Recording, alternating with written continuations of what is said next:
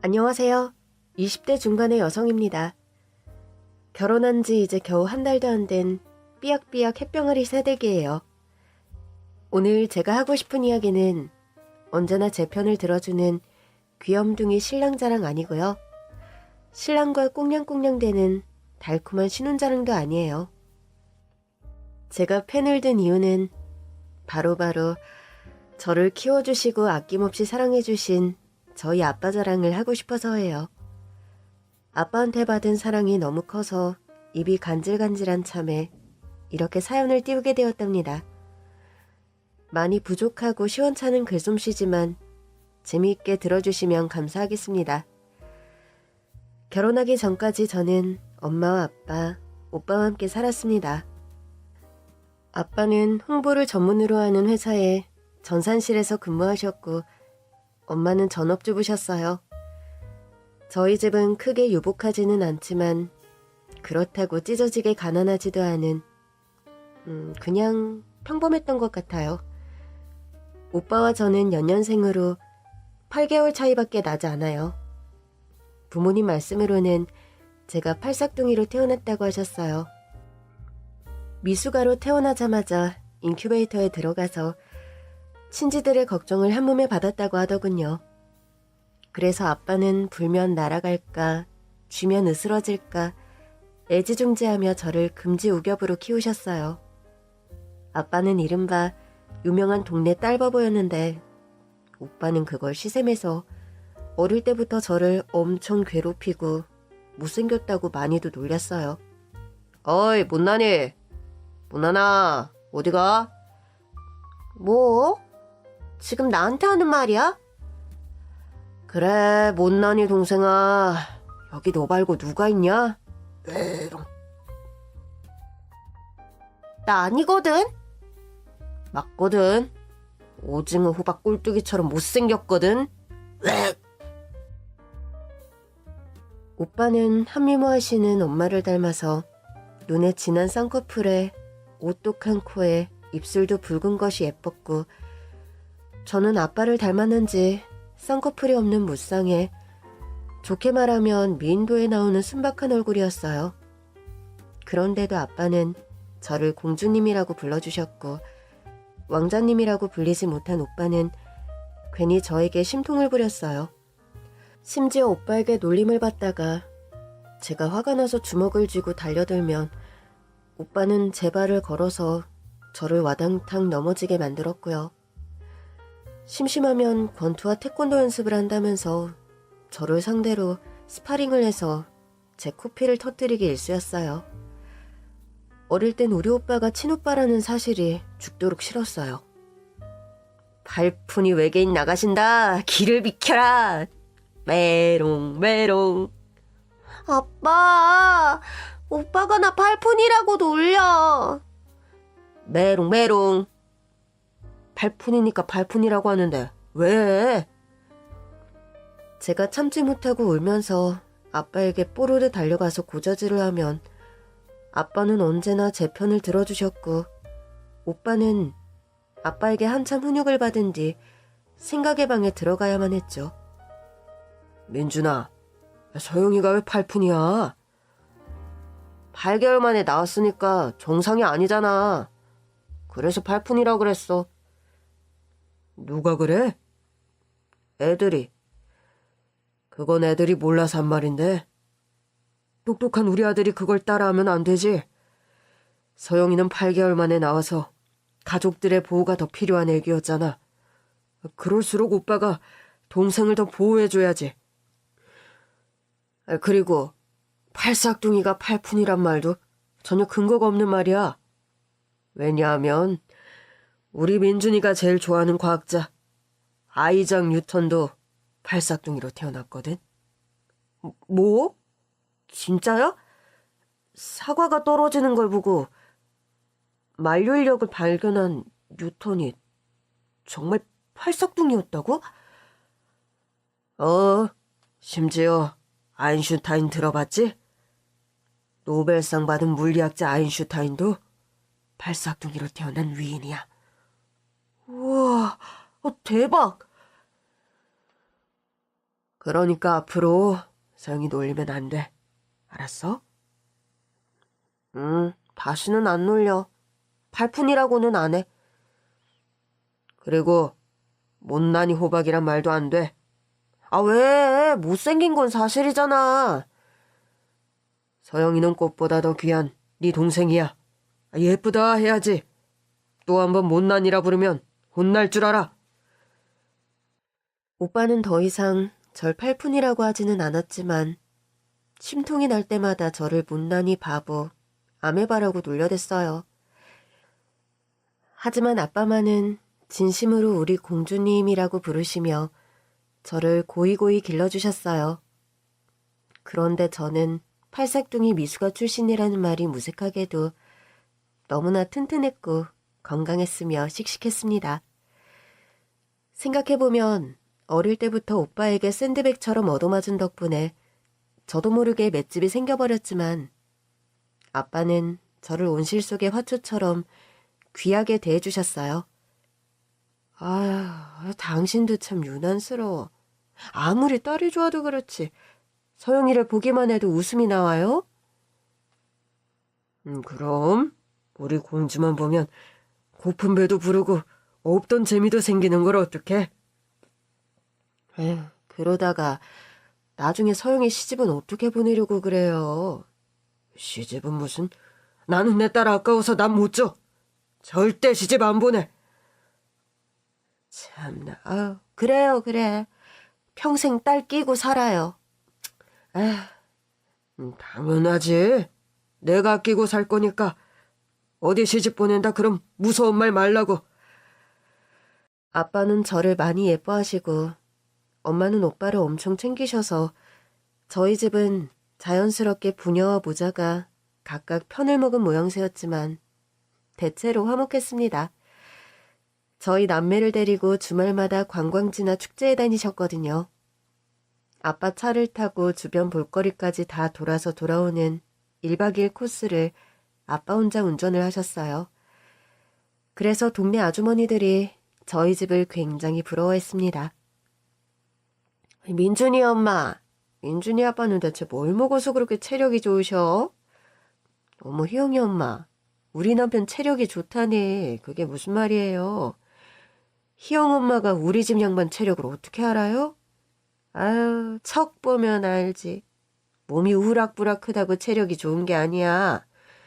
이소룡같이 작은 근육이 진짜 맥이 아니겠어? 맞아요, 맞아.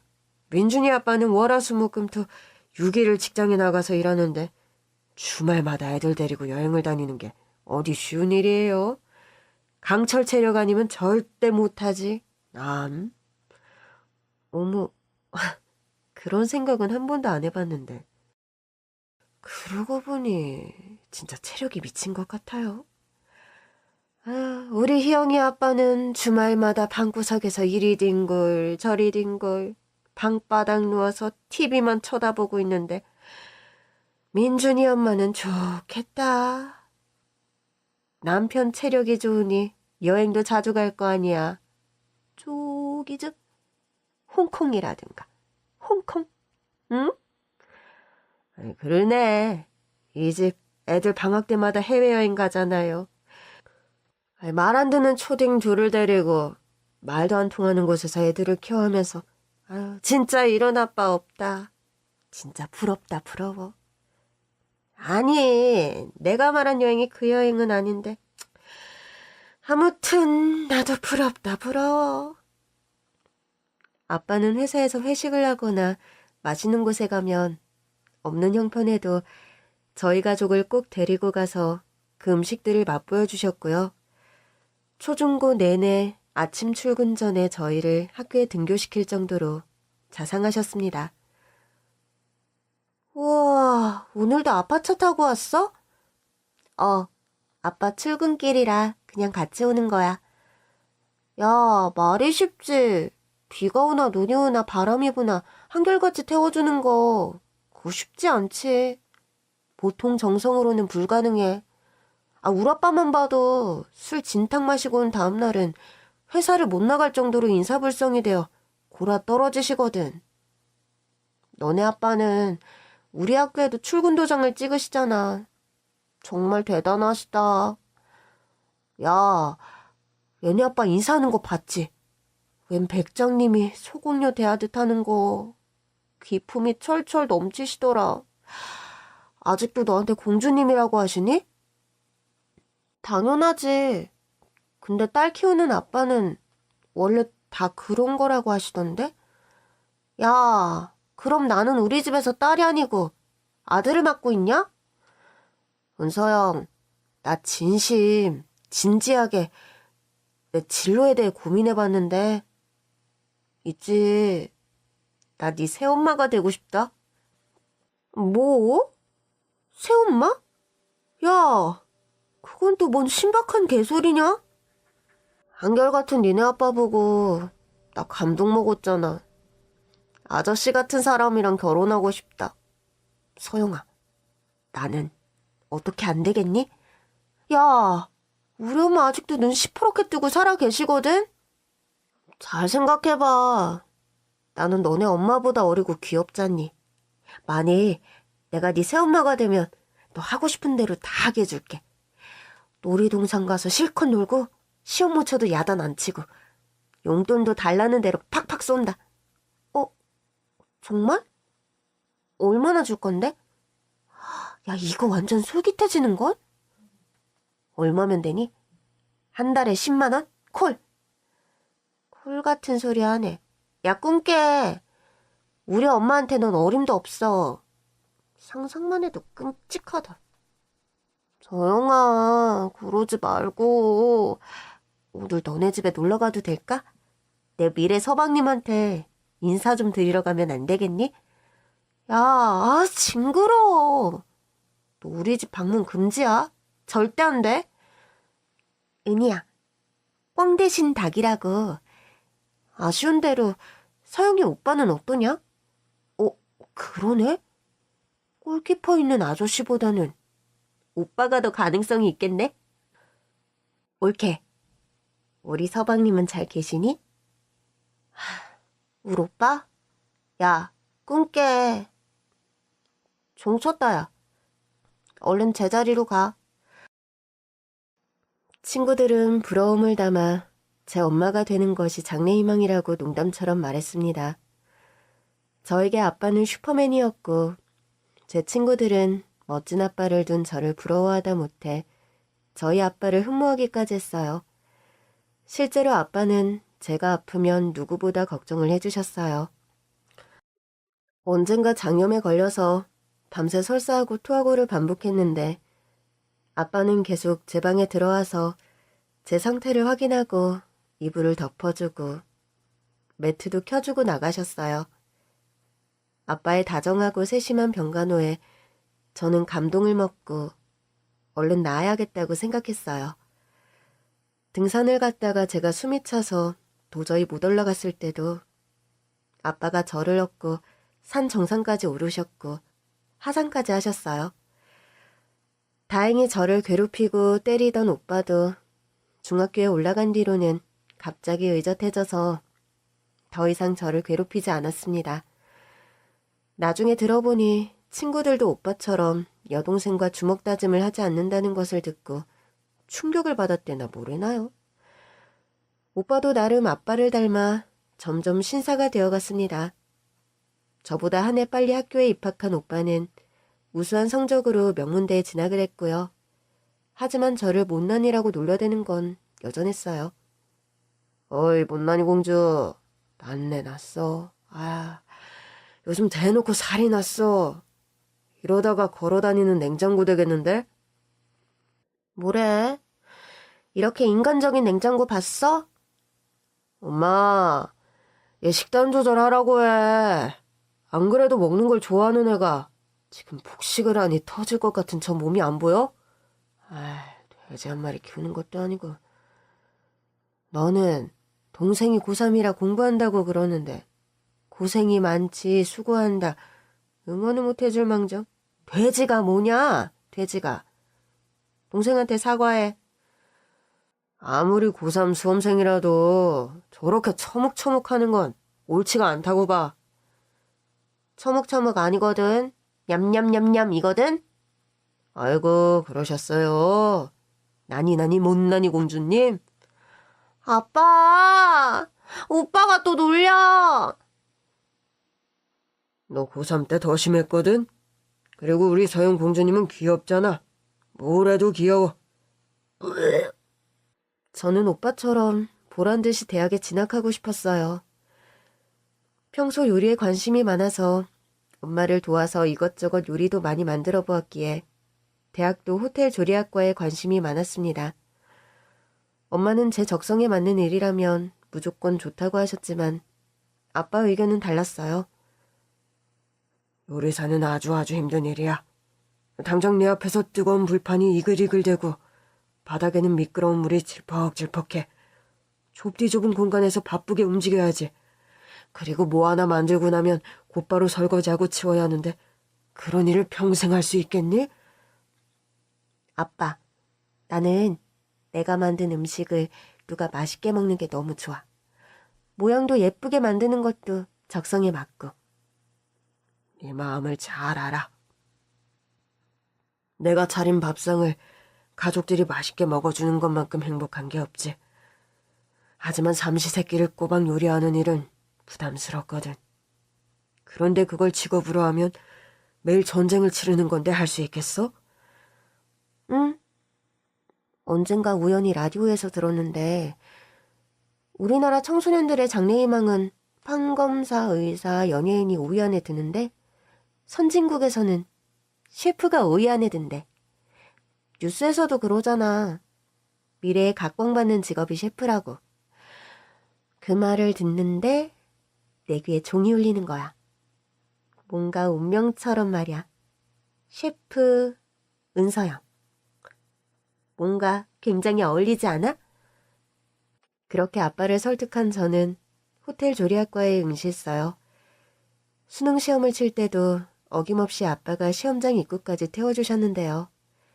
차에서 내리는 순간 아빠의 표정이 어딘가 아련하고 애틋한 것이 뭉클했어요. 표정을 보아하니 뭔가 낯간지러운 말을 할 듯해서 속으로 어떻게 받아쳐줘야 아빠의 감동을 파괴하지 않을까 고심하고 있는데 서영아, 모르는 건 무조건 3번이다 3번. 과감하게 찍으라고. 알았지? 3번. 무조건. 다녀올게. 우리 공주님 화이팅! 수능시험을 치르고 나왔을 때도 학교 정문 앞에서 초조하게 저를 기다리고 있는 부모님과 오빠를 보고 눈물이 앞을 가렸습니다. 그래, 고생했어. 우리 딸, 어서 와. 수고 많았어, 서영아. 힘들었지? 시험 한번 쳤다고 얼굴이 마른 오징어가 돼서 나왔네. 애썼다. 그리고 감사하게도 한 번에 대학에 합격하여 요리에 입문하게 됐습니다. 학교에서 실습하면 꼭 집에서 다시 복습을 하고 가족들에게 맛보여드렸어요. 엄마와 아빠는 제가 만든 요리는 다 맛있다고 칭찬을 해주셨고 오빠는 장난스레 우웩거렸어요. 대학을 졸업한 이후에는 여성 셰프가 되겠다는 꿈을 이루기 위해 호텔에 입사해서 기본기를 다졌습니다. 그때 신입사원인 저의 교육을 위해 사수를 붙여주셨는데 저보다 6살이 많은 셰프로 유학파 엘리트 조리사였어요. 은서영 씨, 환영합니다. 앞으로 서영 씨 교육을 맡은 최민혁이라고 해요.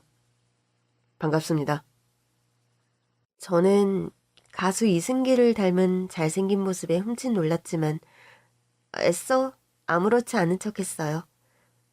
네, 잘 부탁드립니다, 셰프. 이제 소영 씨가 해야 할 일을 대충 알려드릴게요. 보통 아침에 식재료가 도착해요. 이 식재료들은 워크인이라고 불리는 대형 냉장고와 냉동창고에 들어갑니다. 서영 씨는 출근하는 즉시 배달 온 식재료를 선입선출의 법칙에 따라 정리하고 먼저 사용해야 하는 식재료를 미리 꺼내고 상한 식재료는 빨리 폐기해주세요. 네, 알겠습니다. 그러고 나면 잘 알겠지만 식재료를 조리하기에 가장 최적의 단계까지 작업해 놓습니다. 이 시간이 제일 바쁜 시간이죠. 네, 조리사의 역량에 따라 시간이 단축되거나 작업의 퀄리티가 달라진다고 배웠습니다. 좋아요. 적어도 오전 11시까지는 작업이 모두 끝나야 해요. 그래야지 손님을 쳐낼 수 있거든요. 네, 알겠습니다. 한바탕 전쟁을 치르고 나면 설거지 시간이 있습니다. 알바생이 따로 있다고 해도 주방에서는 내일 니 일이 없습니다. 다 같이 달려들어서 빠르게 끝내고 또 오후 작업에 들어가야 하니까요. 네. 그럼 설거지부터 시작해볼까요? 예, 셰프. 호텔에서 제가 맡은 첫 업무는 파스타면을 소분하고 조개를 해감하는 등 그날 쓸 식재료를 손질하고 틈틈이 설거지를 하는 거였어요. 간혹 많은 사람들이 오해하는 부분이 있는데 요리사는 요리를 연구하고 레시피를 개발하고 모든 요리를 직접 한다고 생각하는 겁니다. 사실은 그렇지가 않아요. 요리 레시피를 개발하고 연구하는 시간은 극히 일부분이고 대부분은 청소와 재료 손질을 하며 보낸다고 해도 과언이 아니에요. 물론 세척팀이 따로 있긴 하지만 언제 어디서든 먼지 한 톨조차 치명적인 리스크가 되기 때문에 손에 물이 마를 날이 없었어요. 그런데 제 사수 최민혁 셰프님은 저를 엄청 챙겨주셨어요. 마치 저희 아빠처럼요. 사실 생긴 외모나 체형이나 말투까지 어느 하나 닮은 게 없었어요. 그런데 저를 대하는 태도나 자세 같은 게 진짜 신기할 정도로 저희 아빠와 비슷했어요. 재료를 손질하다가 잘못해서 손가락에 상처가 났을 때도 저보다 더 놀라서 저를 걱정하고 챙겨주시는 거죠. 소영씨, 손에 피... 어쩌다가... 이러고 계속 일하면 어떡해. 이리 와봐요. 탕비실로 가서 제 손에 밴드를 붙여주었습니다. 그러고는 잠깐 앉으라면서 의자를 빼주고 의자 위에 손수건을 놓아주었어요. 고마워요. 많이 힘들죠? 요리는 안 하고 설거지나 재료 준비만 시켜서. 처음이니까요. 맞아요. 이건 통과 의례예요. 이때 못 버티고 나가는 사람들이 수두룩하죠. 저희 수석 셰프가 호텔 처음 들어간 지 3년이 지나서야 부엌칼을 잡았기 때문에 더 엄격하기는 해요. 3년이나요? 설마 저도 3년을 기다려야 할까요? 물론 지금은 아니죠. 사실 보조 셰프 기간은 동선과 위치를 파악하고 눈치껏 조리 스킬을 익히는 시간이에요. 알죠? 네. 서영 씨는 책임감도 강하고 눈썰미도 좋아서 금방 따라올 거라고 믿어요. 보조 셰프에게도 예의를 갖춘 말투와 정중한 태도에 저는 반하고 말았습니다. 저는 제 사수에게 인정받고 싶다는 마음으로 정말 최선을 다해 일했습니다. 저는 훌륭한 셰프님을 따라 브레이크 타임에 만들어보고 출퇴근 시간에 짬짬이 공부하고 주방에서 어깨 너머 익힌 것들을 바로바로 물어보고 나의 것으로 만들어갔습니다. 제가 만일 사수를 만나지 못했다면 불가능했을 거예요. 누구보다 일찍 출근하고 부지런히 재료를 다듬고 설거지도 깔끔하게 해냈어요. 어릴 때 오빠한테 시달린 덕분에 맷집 하나는 자신 있다고 생각했는데 역부족이었습니다. 한 달 만에 일하는 중간에 코피가 두두둑 떨어지는 겁니다. 그걸 본 사수는 얼굴이 하얗게 질려서는 저를 업고 의무실로 뛰어갔어요. 소영씨, 정신 차려요. 소영씨 자면 안 돼요. 셰프님, 저 코피 조금 흘렸을 뿐인데요. 그동안 무리한다 싶었어요. 안 말린 내 잘못이에요. 어떡해요, 소영씨. 큰 병 난 것도 아니고 괜찮아요. 병성이 높인 저를 두고 안절부절하는 모습이 꼭 저희 아빠와 겹쳐 보였습니다. 그런데 이 셰프님이 난데없이 이런 말을 하지 않겠어요? 소영씨, 일 그만두세요. 네? 일을 그만두라고요?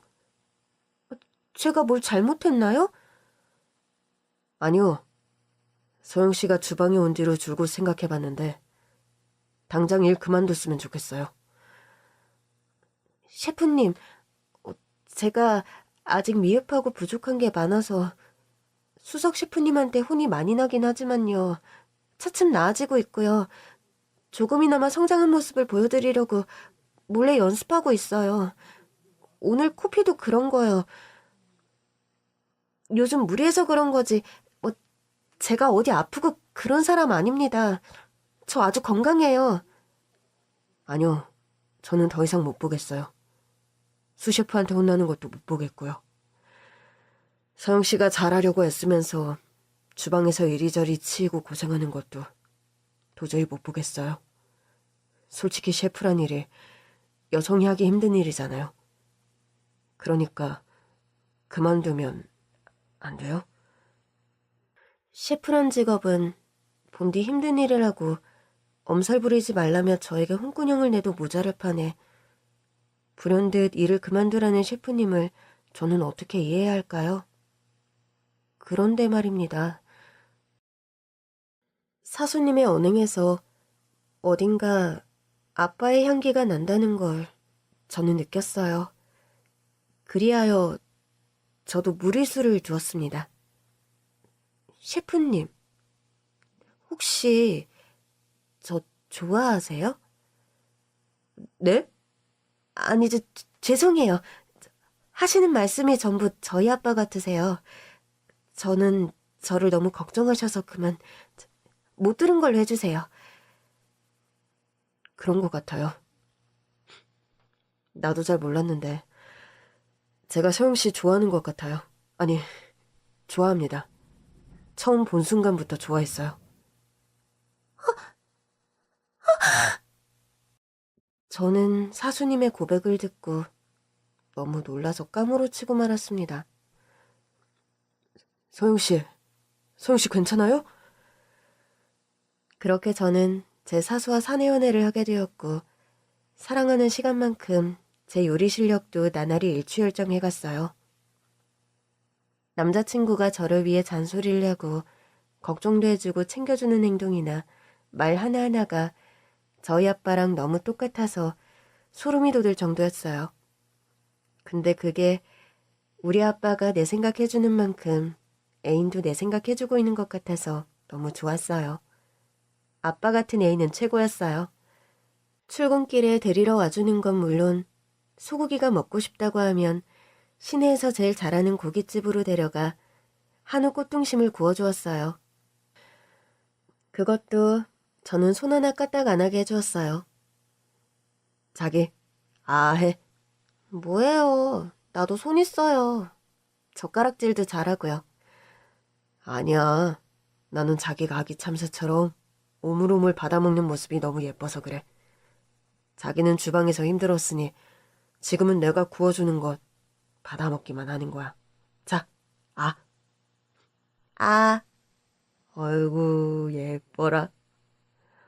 우와, 셰프님이 구우셔서 그런지 육즙이 팡팡 터지는 게 감칠맛이 끝내줍니다. 그럼 이 냉면도 한번 맛봐요. 자, 귀여워. 저는 아빠와 똑같이 저를 사랑해주는 남자를 만났기에 결혼까지 생각하게 되었죠. 너무나 자랑스럽게 가족들에게 결혼할 남자가 생겼다고 말했는데 엄마는 반가워하고 오빠는 심드렁한데 아빠는 너무 놀라서 얼굴이 하얗게 되셨어요. 아니지, 네가 이제 겨우 23인데 결혼이라고?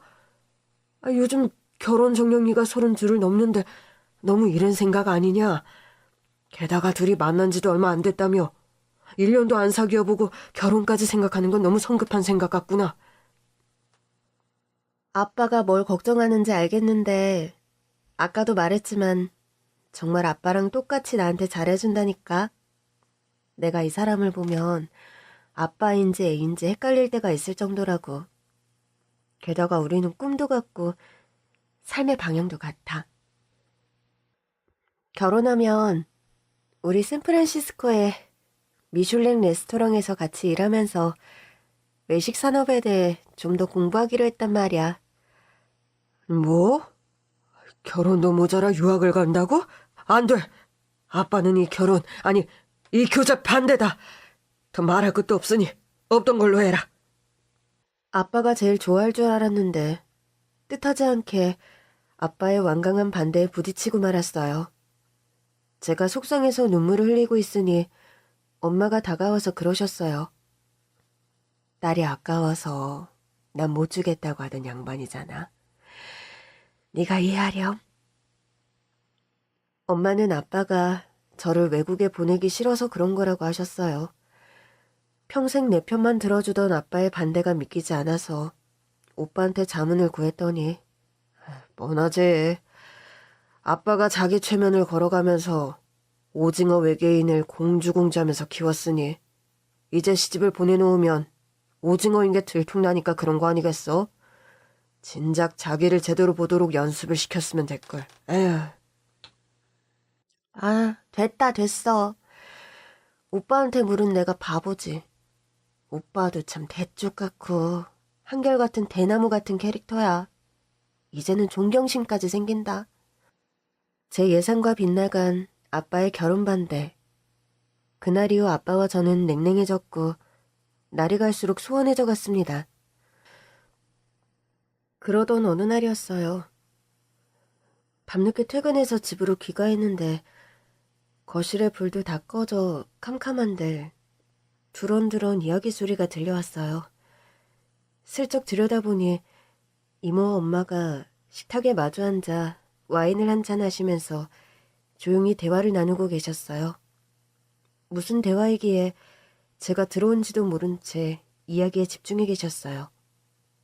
저는 피곤하기도 하고 두 분의 분위기가 심상치 않아서 내일 아침에 인사를 해야겠다 싶어서 몰래 제 방으로 들어가려고 방문 손잡이를 잡았는데 그래서 결혼을 반대했다고? 진짜 형보다 어지간하다. 25년을 애지중지했으면 이제 좀 놓을 때도 됐지. 친딸도 아닌데 이제 그만 보내지. 친딸도 그렇게는 안 해. 평생 딸 끼고 살겠다고 하던 사람이잖아. 아직 보낼 준비가 덜 됐는지 충격이 컸나 보더라. 저는 후다닥 제 방으로 들어와서 방 안에 전등도 켜지 않은 채 어둠 속에 주저앉아 방금 전 이모가 한 말을 되씹어 보았습니다. 친딸도 아닌데 하는 이모의 목소리가 귓가에서 맴돌며 떠나지 않았습니다. 제가 잘못 들었나 하기엔 너무나 정확한 워딩이었고 엄마도 그 말을 반박하지 않았으니 저에게는 분명 제가 모르는 출생의 비밀이 있는 게 확실해 보였습니다. 가만히 있자. 그러니까 아빠는 B형이고 엄마는 A형, 오빠는 B형이고 나는 O형이잖아. 혈액형으로 볼 땐 이상한 게 없어. 그럼 날 입양하신 건가? 그러기엔 내가 어릴 때 사진이 있는걸? 태어나자마자 입양도 가능한가? 설마 오빠랑 엄마랑 닮고 나는 아빠만 닮았는데 혹시 아빠가 바람을 피워서 생기네? 그럴 리가 없어. 우리 아빠가 바람을 피웠다면 우리 엄마는 절대 날 받아주시지 않았을 거야. 대체 내가 친딸이 아니란 말이 뭘까? 저는 자신이 입양된 아이인지 하는 의심이 들었지만 그러기엔 자신이 어렸을 때부터 사진이 있어 의아했습니다. 출생의 비밀을 팔려고 하니 너무 피곤하구나. 눈이 감기고 졸리니까 내일 아침 일찍 또렷한 정신으로 고민해봐야겠어. 그래, 지금은 일단 자자. 저는 씻지도 않고 그대로 침대로 뛰어들어 잠을 잤습니다. 하지만 다음 날도 저는 주방에서 정신없이 시간을 보내고 다시 피곤해져서는 제 출생의 비밀을 밝히지도 못하고 또 잠들기만 했습니다. 그러자니 급기야 그날 이모의 말을 잘못 들었던 게 아닌가 제 귀를 의심하기에 이르렀어요. 그런데 며칠 뒤 무슨 영문인지 아빠가 제 남친을 데려오라고 하셨어요.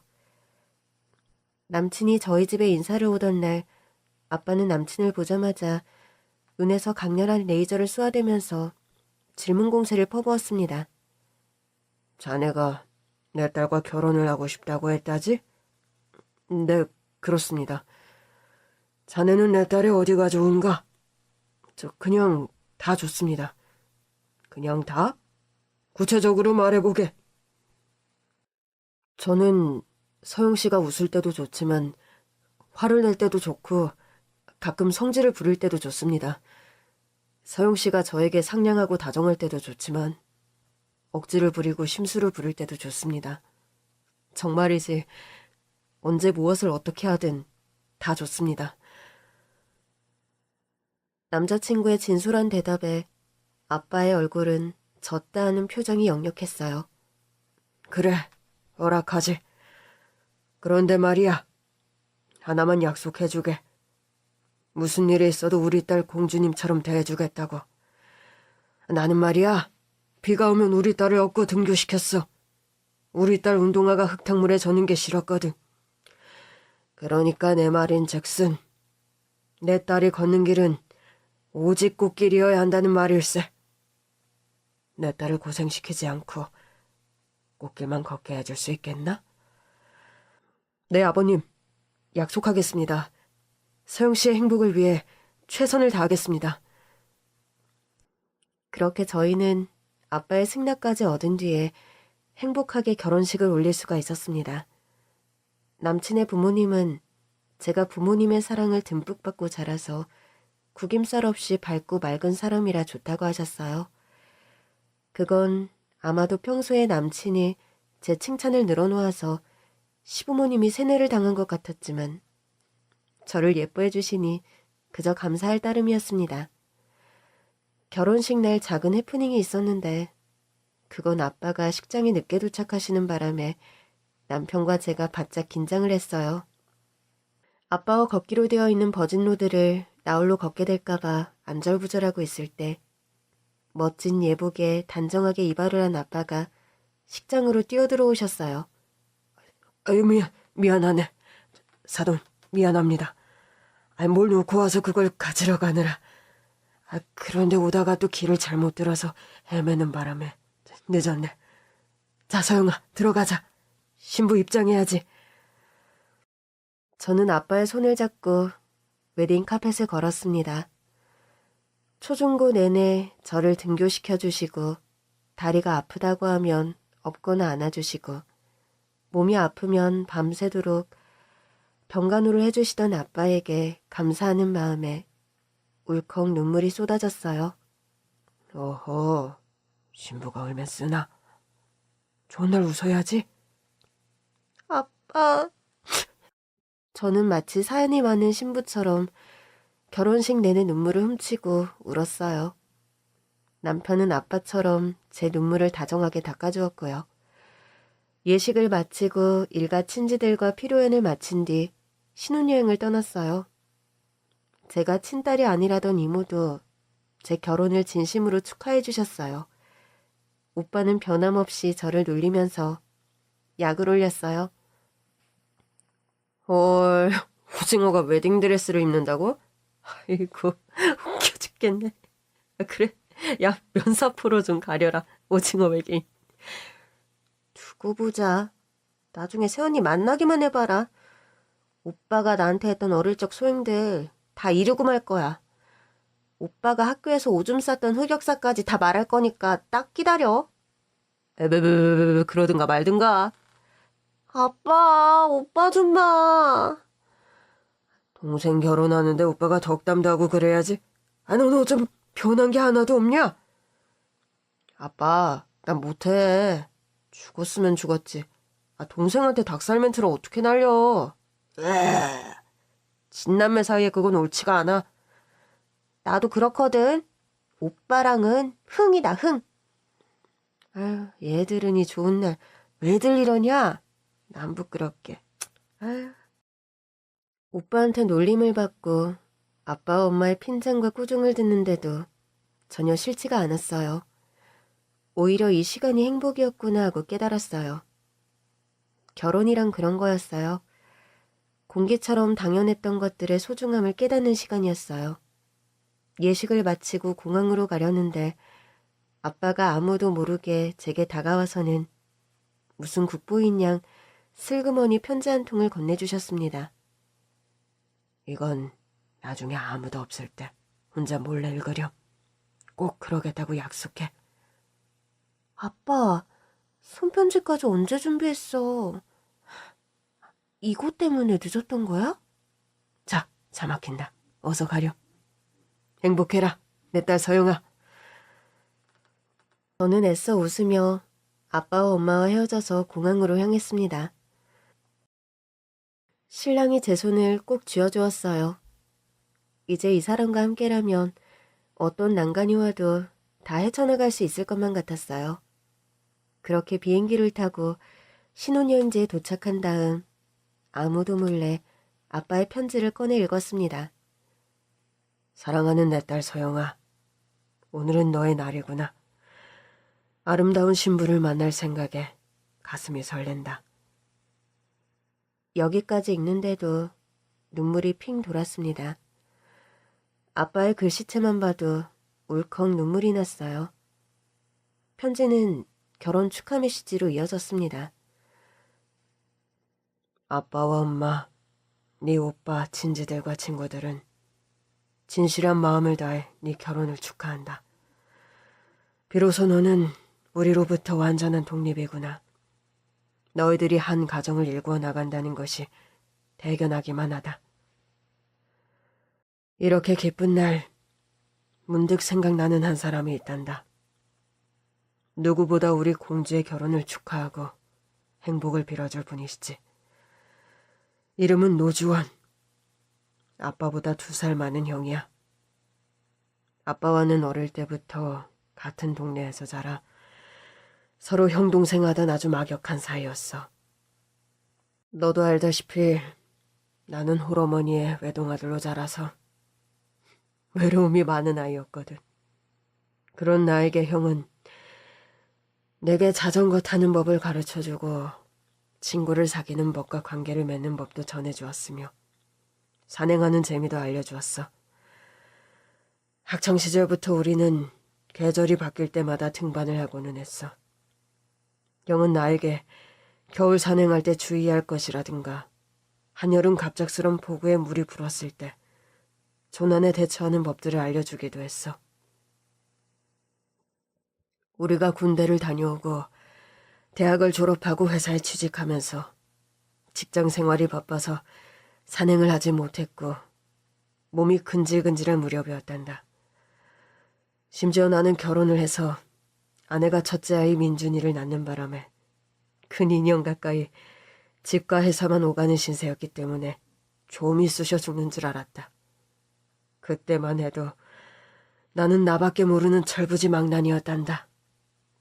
그해 여름 휴가에 나는 형에게 지리산 등반을 다녀오자고 꼬드겼고 형은 나의 등살에 마지못해 나와 함께 동행을 했단다. 아내와 겨우 3개월 된 아이를 처갓댁에 보내고 모처럼 혼자만의 자유를 만끽하며 천왕봉에 올랐다가 내려오던 길이었어. 우리는 지리산 노고단 남쪽에 문바에 다다랐어. 그 구간은 반달 가슴곰을 방사한 지역이라 20여 년 전부터 일반인의 출입을 금지하고 있었는데 그때는 자유롭게 다닐 수 있었지. 무방비 상태에서 낯선 생명체가 갑자기 튀어나오면 곰이든 사람이든 서로 깜짝 놀라서 평상심을 잃을 수도 있기 때문에 우리는 일부러 멀리서부터 기척을 내면서 내려왔어. 그런데 갑자기 우리 앞에 수풀이 으스스하게 움직이더니 몸집이 산만한 멧돼지 한 마리가 떡하니 나타나는 게 아니겠니? 이때는 등을 보이지 말고 나무나 바위 같은 은폐물에 몸을 숨겨야 한다는 걸 알고 있었지. 가능한 천천히 숨도 쉬지 않고 나무 뒤로 숨었는데 하필 그 멧돼지는 예민하기가 이루 말할 수가 없었단다. 멧돼지가 씩씩 콧김을 내뿜으면서 형과 나를 향해 돌진해왔어. 형은 나한테 나무 위로 올라가라고 사인을 주었지만 나는 나무를 탈 자신이 없었다. 그냥 걸음아 나 살려라 주랭랑을 치다가 그만 비탈길에서 대구르르 구르고 말았어. 나중에 정신을 차리고 보니 형이 나를 안고 깨우고 있었어. 나는 오른쪽 발목을 다쳐 움직일 수 없게 되었고 온 무릎과 팔에는 생채기로 가득했어. 하필 휴대폰 배터리도 방전된 터라 구조 요청을 할 수도 없었지. 그 와중에도 형은 나를 업고 산을 내려오기 시작했어. 형 먼저 내려가서 구조대를 불러줘. 나랑 같이 내려가기엔 시간이 너무 걸려. 무슨 소리야? 위급 상황에서 너를 혼자 두고 어떻게 내려가니? 너라면 그렇게 하겠니? 형은 부상당한 나를 버리지 않고 끝까지 같이 가려고 했어. 손전등마저 없는 상황에서 밤이 찾아왔단다. 밤이 되자 우리는 동아리에서 배운 대로 체온이 떨어지지 않도록 가방에 있는 비닐과 바람막이를 온몸에 두른 채 해가 뜨기만을 기다렸지. 칠흑 같은 어둠은 너무 무서웠고 나뭇잎이 부스럭거리는 조그만 소리에도 두려움에 떨었단다. 어서 해가 뜨기만을 기다렸지만 다음날 아침 갑자기 비가 내리기 시작했어. 비는 점점 굵어지고 바람까지 세차게 불면서 폭풍으로 변했어. 하늘이 처자식을 두고 놀러온 나를 벌하는 것 같았지. 우리는 처마 역할을 해주는 바위 밑에 움푹 들어간 곳으로 가서 비를 피했어. 폭우는 이틀을 내내 미친 듯이 쏟아졌어. 아껴 먹던 비상식량도 동이 나자 이젠 배고픔까지 엄습해왔단다. 형은 비가 그치자마자 먹을 것을 구해오겠다며 밖으로 나갔어. 1시간, 2시간, 반나절이 지나도 형은 돌아오지 않았어. 나는 형이 무사히 돌아오기를 간절히 기도했지만 형은 나타나지 않았어. 형이 돌아오지 않은 채 밤이 찾아왔고 이튿날이 밝았다. 나는 발목에 나무를 대고 부목을 만들어 사람들이 다니는 길로 나가려는데 구조대가 나를 발견했단다.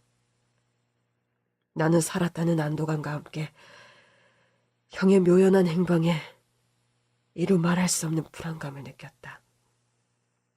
알고 보니 구조대원들은 싸늘한 시신으로 변한 형을 발견한 등산객의 신고를 받고 일행이 더 있을 것으로 보고 그 주변을 샅샅이 탐색하던 중이었대. 그러니까 나는 형이 아니었으면 이미 죽은 목숨이었던 거지. 결국 형이 내 목숨을 구했던 거야. 나는 형의 주검 앞에 주저앉고 말았단다. 미안해서 얼굴을 들 수가 없었다. 이번 산행을 하면서 형은 좋아하는 여자가 생겼고 그 여자가 형의 아기를 임신했으며 배가 더 불러오기 전에 결혼을 하기로 했다고 꿈을 꾸는 표정으로 이야기하던 형의 모습이 떠올랐기 때문에 나는 괴로웠다. 외롭고도 슬펐단다. 하늘을 향해 통곡을 해도 공허한 마음은 채워지지 않았어. 형이 결혼해서 가정을 일구겠다던 그 꿈이 나 때문에 와르르 무너졌기 때문이야. 나는 지금도 이런 상상을 하고는 해. 내게 오직 꼭 하루만 다시 돌아갈 수 있다면 나는 맹세코 형이랑 지리산에 올랐던 그날로 돌아가고 싶다고. 하지만 그건 절대 일어나지 않을 거란 것도 잘 알고 있지. 형의 장례를 치르고 어쩌면 형수님이 됐을 그분에게 가서 머리 숙여 사죄를 드렸단다. 그런데 형수님은 눈물을 뚝뚝 흘리면서 이런 말을 했어. 집에서 애를 지우거나 아니면 태어나자마자 고아원에 보내기로 했다고. 아직 20대 초반의 딸을 둔 부모님의 이기적인 결정이겠거니 한편으론 이해가 됐어. 아직 결혼 전이라 죽은 형하고 법적으로 타인일 뿐이었으니까. 형이 얼마나 꿈꾸던 가정인데 그 가정이 나로 인해 산산조각 나는 걸 지켜보는 일은 괴로웠다. 형수에게 형의 가족을 내가 책임지고 싶다고 말했지만 형수는 가족의 강압에 못 이겨 아이를 낳은 뒤 중국으로 유학을 떠날 거라고 하더구나. 그래서 나는 형의 유일한 핏줄을 내가 책임지고 키우겠노라 맹세했단다. 내 아내는 내 생명을 구해준 형의 딸을 감사하게도 기꺼이 자신의 딸로 받아주었다. 그렇게 나에게 온 고귀한 생명이 바로 너란다. 너를 내 호적에 올렸을 때 민준이와는 8개월밖에 차이가 나지 않는 남매가 되었지. 우리는 너를 발싹둥이라고 거짓말을 할 수밖에 없었단다. 너는 우리 딸이었어. 맹세컨대 단 한 번이라도 내 딸이 아니라고 생각해 본 적이 없다. 네가 우리 집에 온 그날부터 너는 나의 공주님, 하나밖에 없는 소중한 딸이었어. 너는 내 딸이자 형의 고귀한 피가 흐르고 있어. 언젠가 형의 존재를, 네 친부의 이야기를 들려주어야만 한다고 생각했어. 네가 이 이야기를 듣고 충격을 받지 않을 때를 기다렸단다. 네가 고등학교에 입학하고 이런 말을 했어. 나는 돌연변이 같아. 엄마랑 오빠는 쌍꺼풀도 진하고 코도 오똑한데 나만 아니야. 그렇다고 아빠를 빼닮은 것도 아니고 뭐 이래. 그때 우리는 네가 돌아가신 친할아버지를 닮았다고 둘러댔는데 그때 솔직하게 이야기를 해야 했나 싶었단다. 그래서 우리는 네가 성인이 되면 네 친부에 대한 이야기를 전하자고 약속을 했지. 하지만 막상 성인이 되어 마냥 행복한 너를 향해 나는 차마 입을 뗄 수가 없었단다. 그리고 돌아오는 네 생일 때마다 형의 계일마다 입을 들썩였지만 나는 결국 하지 못했어. 형에 대한 이야기가 두려웠다기보다 네가 외가에 버림받게 된 사연을 꺼내고 싶지 않았어. 네가 이 사실을 어떻게 받아들일지, 이 이야기를 들은 너와 나, 우리 가족의 관계가 어떻게 변하게 될지 너무 두려웠거든. 네 엄마와 나는 단단히 다짐을 했어. 네가 사랑하는 사람이 생기고 가정을 이루게 되는 그날이 오면 네 친부의 이야기를 전하기로. 그런데 네가 정말 결혼할 사람이 생겼다는 말을 듣고 덜컥 겁이 났단다. 나 때문에 네 친부가 죽었다는 말을 내 사랑하는 딸에게 할 자신이 없었던 거야. 그래서 무작정 결혼을 반대했다. 그러면 조금이라도 그 시간을 늦출 수 있을 것 같아서. 그런데 저자가 우리 집에 와서 말실수를 한 것 같고 그걸 네가 들었을지도 모른다는 말을 전해 듣고 마음이 조급해졌단다. 네 출생에 관한 이야기를 우리 가족이 아닌 다른 사람에게서 전하고 싶지는 않았어. 그래서 사위감을 보자고 했지. 우리 사위를 처음 봤을 때 어딘가 죽은 형과 닮은 것 같아서 혼란스러웠고 기묘했다. 우리 딸이 사람 볼 줄 아는구나 하고 안심을 하였단다. 지난 25년 동안 몰래 품고 있던 이야기를 담으려고 하니 편지가 길어졌구나. 공주야, 막상 이 아빠가 하고 싶은 말은 이 한마디밖에 없구나. 사랑한다. 사랑한다. 사랑한다. 누군가 그랬지. 아빠는 언덕이라고. 비빌 수 있는 언덕. 그러니까 마음껏 비벼주었으면 좋겠어.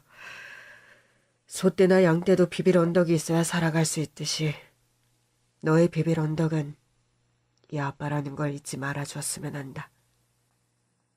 마지막으로 한 번 더 불러보자. 공주야, 결혼 축하하고 행복하게 살아. 저는 편지를 다 읽고 한참 동안 울었습니다. 친아빠의 이야기도 슬펐지만 저를 버리고 새 인생을 살아야 했던 친모의 마음도 안타까웠습니다. 그리고 이 이야기를 25년 동안 품고 살았던 아버지, 자신을 구한 형을 대신해 자신의 목숨을 바쳐서라도 형님의 가족을 지키겠다고 다짐을 하고 이제껏 살아왔던 우리 아빠가 너무 안쓰러워서 눈물이 멈추지 않았습니다.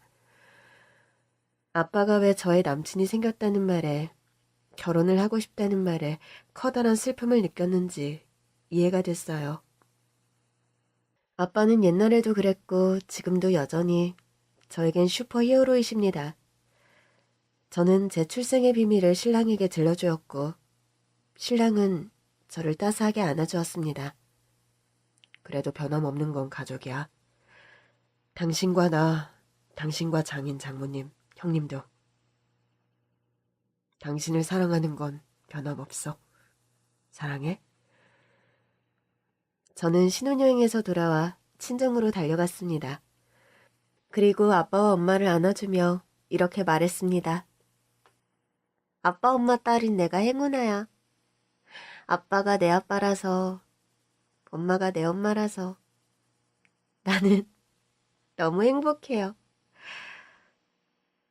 아무것도 모르는 바보 오빠는 또 제 얼굴이 오징어라고 놀려댔지만 저는 오빠를 포옹하며 말했습니다. 오빠가 내 오빠여서 너무 감사하고 행복해. 오빠는 못 볼 걸 보고 못 들을 걸 들은 것처럼 충격을 먹고 도망을 갔습니다. 저를 이렇게 이쁘게 키워주신 부모님에게 앞으로 더 잘하고 싶어요. 친아빠의 기일도 이제 잘 챙길 계획이고요.